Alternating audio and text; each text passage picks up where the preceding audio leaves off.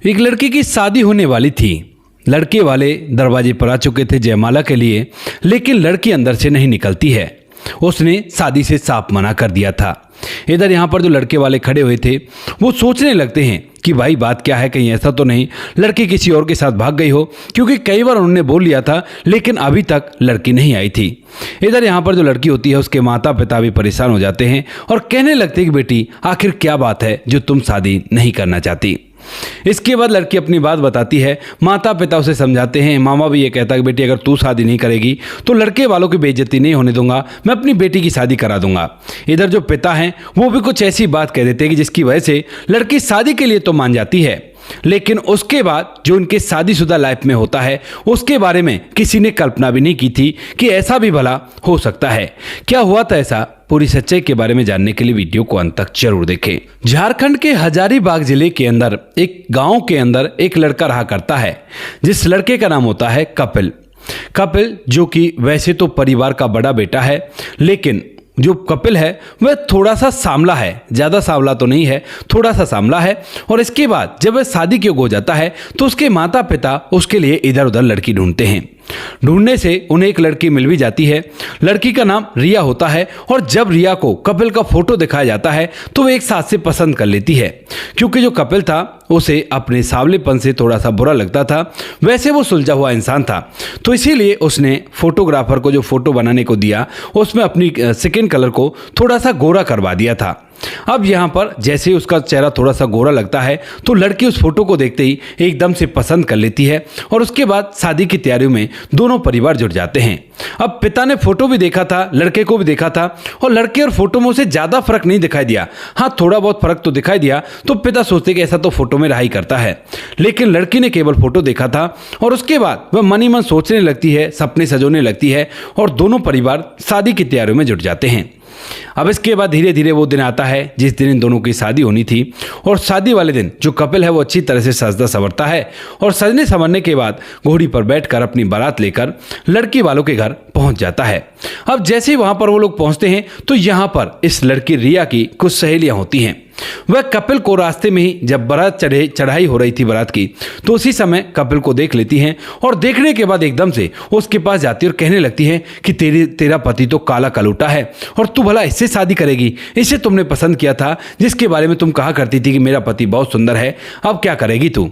ऐसा कहकर वह उसे चढ़ाने लगती हैं और उसके बाद जो सहेलियां हैं वो तो इधर उधर चली जाती हैं, लेकिन जो लड़की रिया होती है वह मन ही मन इस बात को गहराई से सोचने लगती है। सोचती है कि भाई अगर इससे शादी हो गई तो मेरी जितनी भी बड़ाई मारनी थी, यानी कि वह अपनी सहेलियों के सामने से की पधारा करती थी कि मेरा पति तो ऐसा आएगा, मेरा पति तो वैसा आएगा, और हर किसी के पति में कोई ना कोई नुक्स निकाल दिया करती थी। बस उसकी एक सहेली थी जिसका पति उसे ठीक लगा था, क्योंकि वो काफ़ी ज़्यादा हैंडसम था। उस सहेली का नाम होता है निर्मा। अब जो निर्मा होती है उसके पति को उसने पास किया था कि भाई हाँ तुम्हारा पति काफ़ी अच्छा है। अब वह सोचने लगती है कि भाई उसकी तरह का भी नहीं है तो मैं क्या करूँगी। इसी वजह से वो एक बार अपने पति को देखना चाहती है और जब उसका पति वरमाला के लिए आ रहा था तो उसी समय वो एक जगह से झांक कर चुपके से उसे देख लेती है और देखने के बाद उसका पति उसे काफ़ी ज़्यादा बेकार लगता है, यानी कि इतना हैंडसम नहीं था, और इसी वजह से वो घर में चुपचाप बैठ जाती है। अब जब पहली बार जो पति होता है वह दरवाजे पर आ जाता है और जयमाला के लिए लड़की को बुलाया जाता है, तो उसके बाद उसको बुलाने के लिए उसका भाई वगैरह बोलते हैं कि जल्दी से आ जाओ, वहाँ पर तुम्हारा वेट कर रहे हैं। तो उसके बाद वह साफ मना कर देती है, कहती है कि मैं जयमाला नहीं करूँगी और मुझे इससे शादी बिल्कुल भी नहीं करनी है, मेरी तो ज़िंदगी बर्बाद कर दी मेरे पिता ने। अब इस बात को सुनकर भाई जो है वो कहता है कि बहन देख, ये मजाक का टाइम नहीं है, लड़के वाले वहाँ पर खड़े हुए हैं और तुम आओ और जयमाला डालो। लेकिन जो लड़की है वो साफ इनकार इस बात से कर देती है और कहती है कि नहीं, मैं जयमाला बिल्कुल भी नहीं डालूंगी। अब इस बात को सुनकर लड़की पक्ष वालों में चुपचाप बातें होने लगती है और ये बातें होते होते जो पिता है उस तक भी पहुंच जाती हैं और लड़की का जो मामा होता है उस तक भी पहुंच जाती हैं। उसके बाद यहाँ पर जो लड़की का पिता है वो भी आ जाता है, लड़की की माँ भी आ गई थी, लड़की का जो मामा है वो भी आ गया था और वो आकर जब पूछता है कि बेटी क्या हुआ, तो यहाँ पर जो लड़की है वो कहने लगती है कि लड़का काला कलूटा है, इससे भला मैं शादी कैसे कर लूँ, क्योंकि फोटो में तो ये इतना काला दिखाई नहीं दे रहा था। उसके बाद यहाँ पर जो लड़की का मामा होता है वो मीडिएटर था। वह कहने लगता है कि बेटी ऐसा भी कुछ काला नहीं है जैसा तो सोच रही है, और लड़का सुलझा हुआ है, उसकी खुद की परचून की दुकान है, अच्छा खासा पैसा कमाया करता है और कोई भी दिक्कत नहीं है। उनके बाप दादाओं के समय से ये परचून की दुकान उनके पास ही के शहर में है और वो अच्छा खासा पैसा कमा रहे हैं। अब इस बात को सुनकर लड़की साफ इनकार कर देती है और जो पिता था वो ये सारी बातें सुन रहा था और उसे लड़के के बारे में पता था क्योंकि उसने उससे बातचीत की थी। तो लड़का वाकई में काफी ज्यादा सुलझा हुआ था। तो वह कहने लगता है कि बेटी शादी तो तुझे करनी होगी, लेकिन लड़की साफ इनकार कर देती है। अपनी माँ से कहती है कि माँ मैं ये शादी बिल्कुल भी नहीं करूंगी, ऐसे लड़के से तो मेरी जिंदगी बर्बाद हो जाएगी। अब इस बात को सुनकर जो माँ होती है वो अपने भाई से ही कहने लगती है कि कैसा लड़का ढूंढा है जो मेरी बेटी को पसंद नहीं है। तो उसके बाद जो उसका भाई होता है यानी कि रिया का जो मामा था वो कहने लगता है कि ठीक है, अगर आपकी बेटी को पसंद नहीं है तो कोई बात नहीं, लेकिन लड़के वालों की मैं बेइज्जती बिल्कुल भी नहीं होने दूंगा, क्योंकि उनके पास ना तो रुपए पैसों की कमी है और ना ही कोई भी कैसी भी दिक्कत है। अगर तो आप लोग अपनी बेटी की शादी नहीं करवा रहे तो मेरी बेटी ज्योति यहीं पर है, मैं उसकी शादी करवा दूंगा। अब इस बात को सुनने के बाद यहाँ पर जो लड़की के पिता होते हैं वह सोचने लगते हैं कि अगर मेरी बेटी से इसकी शादी नहीं हुई तो मेरी भी तो बदनामी होगी कि भाई उसकी बेटी ने शादी से मना कर दिया और बहुत ही गड़बड़ हो सकती है। तो इसी वजह से जो लड़की के पिता होते हैं वो कहने लगते हैं कि बेटी अगर तू इससे शादी नहीं करेगी ना तो मैं अपने आप को इस दुनिया से विदा कर लूंगा। इस बात को सुनते ही बेटी के होश उड़ जाते हैं और वो कहने लगती है कि पिता आप ये जबरदस्ती मेरी शादी करवा रहे हो और ये बिल्कुल भी ठीक नहीं है। लेकिन पिता कहता है कि कोई बात नहीं, मैं तुमसे बिल्कुल भी जबरदस्ती नहीं कर रहा, तू बस शादी के लिए मना कर दे और आज ये बारात अगर मेरी बेटी से शादी करके नहीं लौटी तो उसके बाद फिर देखना तो क्या होता है। अब यहाँ पर जब पिता ने ये बात कह दी थी तो बेटी को भी लगता है कि पिता की जान से कीमती तो कुछ भी नहीं है, कोई बात नहीं, शादी कर लेती हूँ। इसके बाद जो रिया होती है वह तैयार हो जाती है और तैयार होने के बाद जयमाला के लिए बाहर निकल आती है। अब तक जो लड़के वाले थे वो तरह तरह की बातें बनाने लगे थे। इधर लड़की पक्ष के भी कुछ लोग जो वहां पर खड़े हुए थे यानी कि लड़कियां, वो कहने लगती हैं कि अरे वो तो इस काले कलुटे दूल्हे से बिल्कुल भी शादी नहीं करेगी, काला कलुटा है। और इन बातों को सुन सुनकर जो दूल्हा होता है उसका चेहरा पूरी तरह से उधर जाता है। लेकिन उसके बाद जब दुल्हन आती है जयमाला हाथ में लेकर तो उसके बाद जो लड़का है वह थोड़ा सा सहज होता है, सोचता है कि ये तो वैसी बातें हो रही थी, हो सकता है तैयार होने में थोड़ी सी लेट हो गई हो। उसके बाद जयमाला होती है, जयमाला के बाद फेरे होते हैं और फेरे होने के बाद उस लड़की की विदाई उस लड़के के साथ हो जाती है।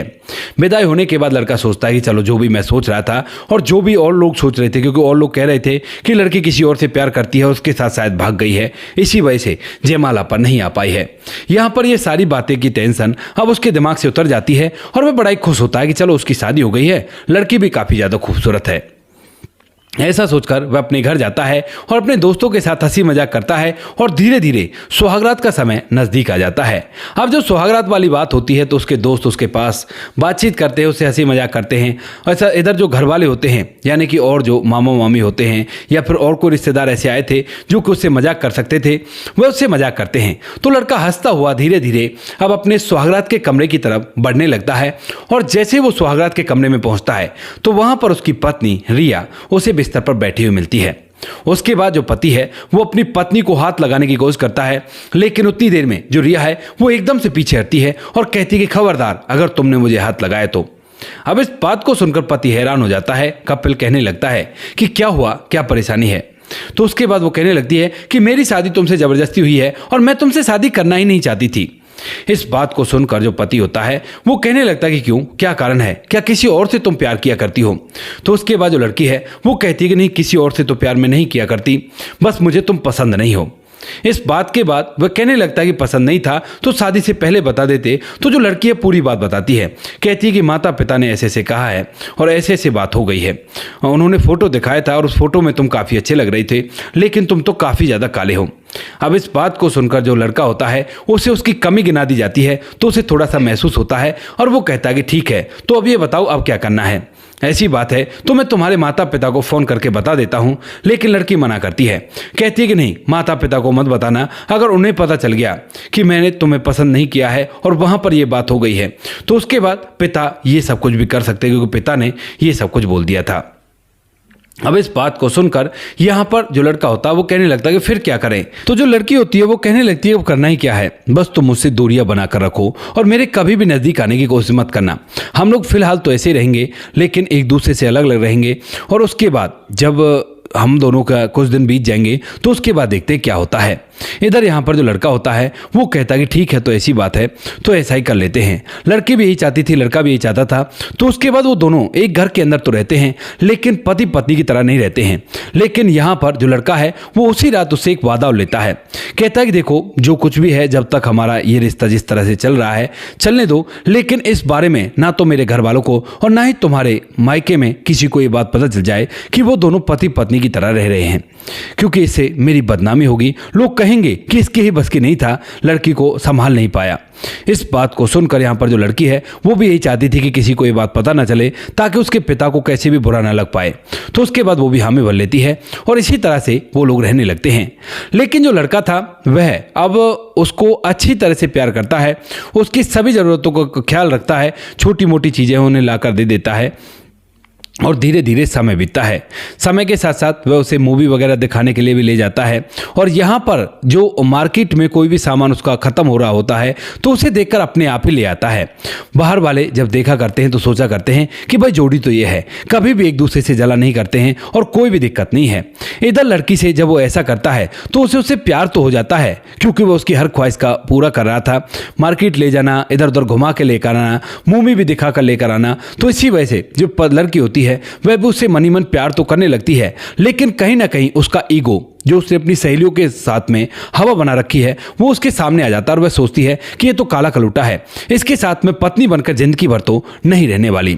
ऐसा सोचकर वो ऐसे उसके साथ रहती है और धीरे धीरे पहला जो सावन का महीना होता है वो आ जाता है और उस महीने में उनकी परंपरा थी कि लड़की उस महीने में अपने मायके में ही रहेगी। इसी वजह से जो लड़की होती है उसे मायके में छोड़ा जाता है और मायके में रहने के बाद यहाँ पर जो लड़की है वो मन ही मन सोचने लगती है कि यार उसके साथ रहती थी तो अच्छा लगता था, क्योंकि उसकी बातें बिल्कुल सुझी हुई थी, लेकिन फिर भी उसका ईगो सामने आ जाता है कि वो काला है और उसके साथ मुझे जीवन भर नहीं रहना। यानी कि कहीं ना कहीं लड़की को प्यार तो हो गया था, लेकिन उस प्यार को वो अपनी सोच पर हावी नहीं होने देना चाहती थी और इसीलिए वह मन ही मन ये सोच रही थी कि वो काला कलूटा है, उसके साथ नहीं रहना। ऐसा सोचकर वह मायके में बैठी रहती है और छोटी छोटी बातों पर उसे अपने पति की याद आया करती है, क्योंकि जो पति है वह किसी भी बात के लिए उसे परेशान नहीं होने देता। और एक बार जब मायके में उसे इस महीने के दौरान छींक आती है तो उसे एक बहुत ही बेहतरीन वाक्य याद आ जाता है, जिस वाक्य में उसके पति ने उसका सच में ही दिल जीत लिया था और उस दिन के बाद ही वो उसे बहुत ही ज़्यादा इज्जत से बात करने लगी थी।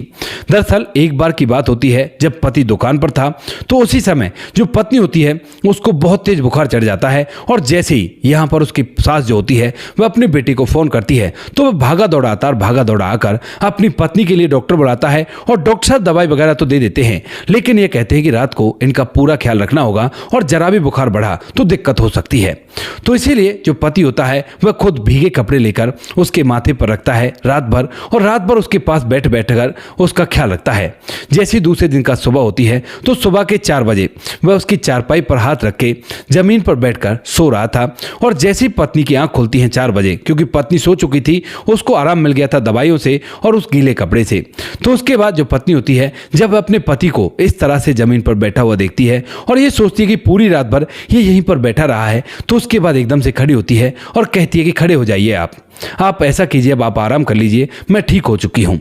इस बात को सुनकर जो पति है वो कहता है कि बुखार तो नहीं है, माथे पर हाथ रखता है और उसके बाद जब बुखार नहीं होता तो वह एक जिम्मेदार व्यक्ति की तरह अपने बिस्तर पर जाकर लेट जाता है और कहता है कि कोई भी समस्या हो तो मुझे जगा लेना। 4 बजे से 7 बजे तक उसने नींद ली थी और उसके बाद फिर वह अपनी दुकान के लिए तैयार हो जाता है और चला जाता है।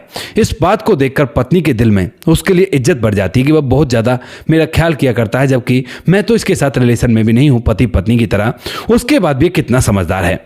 ये बात जब उसे वहाँ पर याद आती है तो फिर से पति की याद आती है, लेकिन फिर से वो उस याद को भुला देती है। अब तभी और लड़कियां भी सावन में अपने घर पर आ रही थी और तभी उसकी वो सहेली जिसके इस पति को इसने पास किया था कि भाई वो खूबसूरत है और वो अच्छा पति है इसके लिए, वह उसके पास आती है और आने के बाद इससे पूछने लगती है कि कैसी चल रही है ज़िंदगी। तो यहाँ पर वो कहती है कि हाँ ज़िंदगी तो ठीक चल रही है और उसके बाद वो कहने लगती है कि तू बता तेरे कैसी कट रही है। तो यहाँ पर जो उसकी सहेली होती है वो कहने लगती है कि कट क्या रही है, जिंदगी बर्बाद है पूरी तरह से। उसके बाद वो हैरान होती है और कहने लगती है कि क्यों, क्या हुआ, तेरा पति तो काफी हैंडसम है, फिर तुम्हारी जिंदगी बर्बाद कैसे हो गई। तो उसके बाद वो कहती है कि हैंडसम ही तो है, लेकिन मेरा तो ख्याल नहीं किया करता और छोटी छोटी बातों पर मुझे पिटाई लगा दिया करता है, अपनी माँ की बात माना करता है और घूमने का तो सोचो ही मत, कभी उससे कह भी दिया तो मानो कि घर में महाभारत है, क्योंकि उनके पास पैसे रुपए नहीं है और बिना पैसों के भी जो कुछ पैसे उसके पास आया करते तो उन्हें अपने शौक मौज में खर्च कर दिया करता है और मेरी तरफ बिल्कुल भी सोचा नहीं करता है। यहाँ तक कि जितना भी सामान होता है, जो मेरे पहनने के कपड़े होते हैं या फिर श्रृंगार का सामान कह लो, चप्पल वगैरह कह लो, वो सारा के सारा मेरे मायके से जाता है। अब इस बात को देख देखकर मैं काफ़ी ज़्यादा परेशान हूँ, लेकिन अब कर भी क्या सकती हूँ, शादी जो हो चुकी है उसकी खूबसूरती को धरकर क्या करना है मुझे।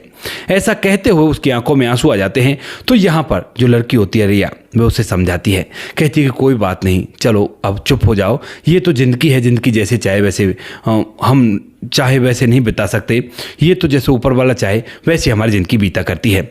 इसके बाद वह कहती है कि तू बता तेरे पति के बारे में, क्या तेरा पति तो तुझसे लड़ाई नहीं किया करता। तो यहाँ पर वह बड़ी खुश होकर अपने पति की बड़ाई करने लगती है और कहती है कि नहीं यार, मेरा पति तो मुझे मूवी दिखाने के लिए भी ले गया है। अभी शादी को कुछ ही दिन हुए थे, उससे पहले वो उसे मूवी दिखाने के लिए ले गया, बाहर घुमाने के लिए भी ले गया, उसके लिए सभी सामानों की मौज रखा करता है और साथ में उसका जब बीमार हो गई थी उसको इस तरह से ख्याल रखा। ये सारी बातें जब अपनी सहेली को बताती है तो यहाँ पर जो सहेली है वो कहती है कि यार तेरे तो भाग खुल गए, जो तेरी उससे शादी हो गई, अगर मेरे जैसे पति से तेरी शादी हो जाती तो जिंदगी बर्बाद थी। चलो अच्छा, अपनी गृहस्थी आश्रम को अच्छी तरह से बचाओ, कोई भी दिक्कत नहीं है। यहाँ पर जो लड़की होती है अब उसे एहसास हो जाता है कि खूबसूरती शकल से नहीं हुआ करती, दिल से हुआ करती है और इसीलिए अब मन ही मन इस बारे में सोचने लगती है कि यार जो मेरा पति है वो वाकई में बहुत अच्छा है और उसके साथ मुझे अच्छी तरह से रहना चाहिए। धीरे धीरे ये सावन का महीना निकलता है और उसके बाद वह एक दो बार अपने पति को फोन करती है और घर परिवार का हालचाल भी लेती है। लेकिन जैसे सावन का महीना कंप्लीट हो जाता है तो उसके बाद वह अपने पति को फोन करती है, कहती है कि ऐसा करो, मुझे लेने के लिए आ जाओ। अब इस बात को सुनकर पति हैरान हो जाता है और कहने लगता है कि क्यों, अभी कुछ दिन और रह लो, अभी तो महीना कंप्लीट हुआ है। तो वो कहने लगती है कि मेरा मन नहीं लग रहा तुम्हारे बिना। इस बात को सुनकर पति हैरान हो जाता है और कहने लगता है कि मतलब क्या है तुम्हारा। तो वो कहती है कि हाँ सही कह रही हूँ, मेरा तुम्हारे बिना मन नहीं लग रहा और तुम जल्दी से मुझे लेने के लिए आ जाओ और अब से हम लोग पति पत्नी की तरह रहेंगे। इस बात को सुनकर पति एकदम से उछल जाता है और उछलने के बाद अपनी पत्नी को लेने के लिए उसके मायके में आ जाता है। वहां पर आने के बाद उसकी अच्छी तरह से अवगत की जाती है और अवगत करने के बाद उसके साथ उसकी पत्नी को भेज तो दिया जाता है, लेकिन आज असलियत में वो अपनी पत्नी को पहली बार उसके मायके से लेकर जा रहा है, क्योंकि उस बार लेकर तो गया था लेकिन उस टाइम के बाद वो उसकी पत्नी नहीं बनी और इस बार वो उसकी पत्नी बनने वाली है। यहाँ से वो लोग घर जाते हैं और घर जाने के बाद जो पत्नी है, जब वो उससे पूछता है कि इस तरह से मन कैसे बदल गया और तुम क्यों अब मेरे साथ पति पत्नी की तरह रहना चाहती हो, तो उसके बाद वो कहती है कि दरअसल ऐसा है, मेरे जो एक सहेली थी उसका पति काफ़ी हैंडसम था और तुम्हारी शक्ल की वजह से तुम मुझे पसंद नहीं थे। लेकिन आज जब मैंने उससे बात की, यहाँ पर जाने के बाद मतलब सावन में जब मैं गई थी तो वो भी आई थी और उससे बात की और उसने पूरी कहानी जब बताई तो मुझे लगा कि मेरे तो भाग्य खुल गए हैं, जो तुमसे मेरी शादी हो गई और मैं तुम्ही को दुख दे रही हूँ, माफ़ कर देना मुझे अब तक जो कुछ भी मैंने किया है।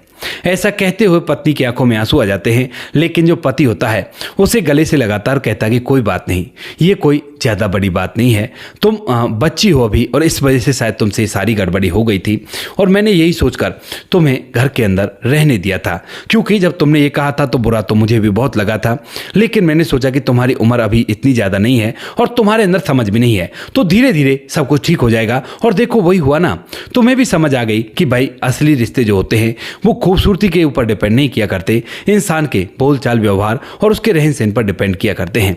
कोई बात नहीं, आज के बाद हम लोग खुशियों से जीवन जिएंगे और कोई भी कैसी भी दिक्कत नहीं है। तो दोस्तों ये थी आज की कहानी। वो लोग आज तक भी खुशियों के साथ अपना जीवन जी रहे हैं और ये कहानी हमें कपिल ने भेजी है। कपिल का कहना है कि इस कहानी को सभी को सुनाओ। जो लड़कियां खूबसूरत लड़के देखा करती हैं उनको ये भी समझ में होना चाहिए कि खूबसूरती सब कुछ नहीं हुआ करती, खूबसूरत चेहरे के पीछे बहुत बड़े राक्षस भी छुपे रहा करते हैं। तो दोस्तों आपको जैसी भी लगी हो कमेंट सेक्शन में बता देना। वीडियो अच्छी लगी तो लाइक और चैनल को सब्सक्राइब जरूर करें ताकि हमें थोड़ा सा हौसला मिल सके आप लोगों के लिए ऐसी अच्छी वीडियो बनाने के लिए। इन कहानियों को सुनाने का उद्देश्य किसी को परेशान करना बिल्कुल भी नहीं है। ये कहानी आपको इसलिए सुनाई जाती है ताकि आप लोग इन कहानियों में से कुछ ना कुछ सीख सको और अपने जीवन में उस चीज़ को अप्लाई कर सको। मिलते हैं किसी नेक्स्ट वीडियो नए टॉपिक के साथ, तब तक के लिए जय हिंद, जय भारत, जय हिंदुस्तान।